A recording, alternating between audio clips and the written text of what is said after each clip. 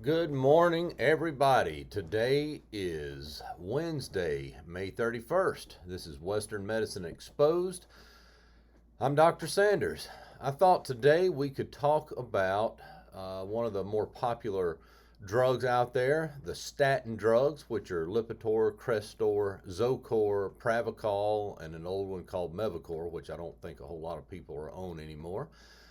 But anyway, these drugs are pushed by all doctors everywhere for every disease imaginable.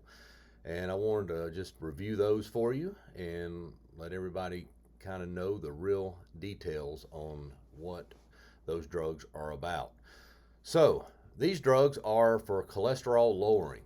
They are marketed for everyone, skinny, fat, healthy, unhealthy, doesn't matter. Drug manufacturers think everybody needs to be on a statin, thus, all the money pumped into the medical industry to promote these has now filtered down that all doctors think that um, all patients should be on a statin. And statins have worked their way into all the guidelines and they have become the standard of care for almost every disease imaginable related to cardiovascular disease, strokes, heart attacks, high cholesterol, whether your cholesterol is really high or not. If you've had a heart attack or have diabetes, you should be on a statin. Now, these drugs come with a lot of side effects. They would include muscle cramps and pain, neuropathy, which many people have, liver problems. They can cause cataracts. They can cause potentially cancer. There's some evidence out there that that may be the case. They can cause memory problems, and they can cause diabetes. Now, what patient population out there has the highest use of statins? Diabetics.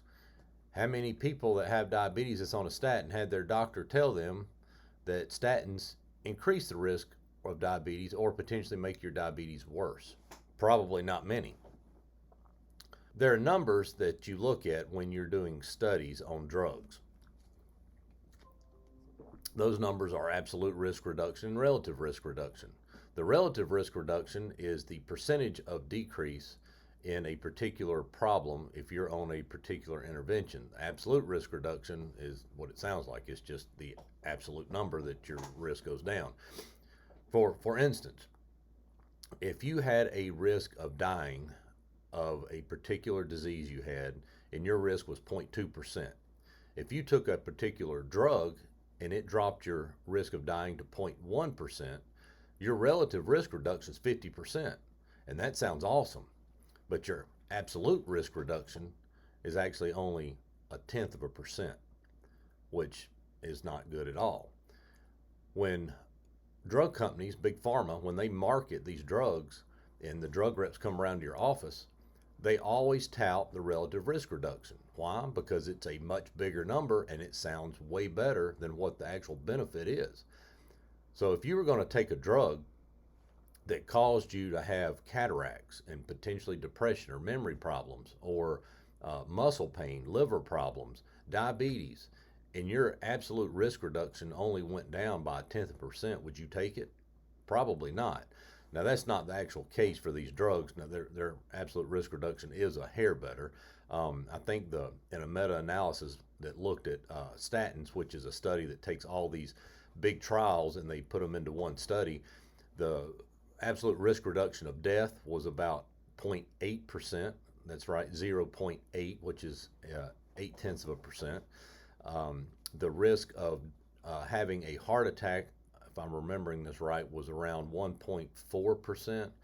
And I believe the risk of having a stroke, the absolute risk of reduction was around 1%, if I remember right in what I read. But anyway, the most I have seen is about a 3.5% absolute risk reduction. So that means your chance of having one of the problems you're trying to prevent by taking Lipitor, for instance, is 3.5%, which is not a lot.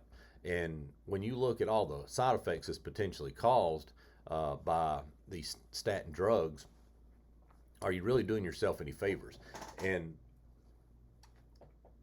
the other thing to think about too is that these drugs reduce coenzyme Q10, which not having a lot of that around causes more problems than what people realize. And not a lot of people are being put on coenzyme Q10 as a supplement when they're on these statin drugs. You also have to look at how much do you really want to lower cholesterol. You have to have cholesterol to make hormones like vitamin D.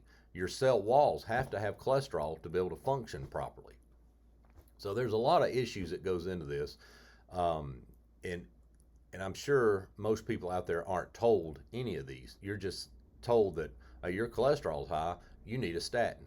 Well, God did not make us with statins in our body, and we don't have a statin deficiency because our cholesterol's high, therefore we need statins. That's just not the way it works.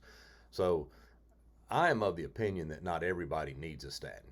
I mean, if your cholesterol is 600-700, whatever, maybe you need one for a while. The best thing to do for cholesterol is to change your diet around. You can completely reverse your cholesterol problems with diet alone, and that's it. That's hard to do. Not many people want to do that. I get it. But when you look at what's being fed to people, as far as the benefit of these drugs, I think we're being lied to. I don't think people are telling the truth. I don't think a lot of doctors have the time to actually look into what's going on and be able to actually have an idea of what is going on to be able to tell patients. And patients don't know, and so it's up to us to tell them. And I just think that the amount of money that's funneled into the medical industry from big pharma to promote these drugs, because if you look, over 1 trillion patients worldwide are on statins. I mean, that is a lot of statin use, and I would venture to guess that probably,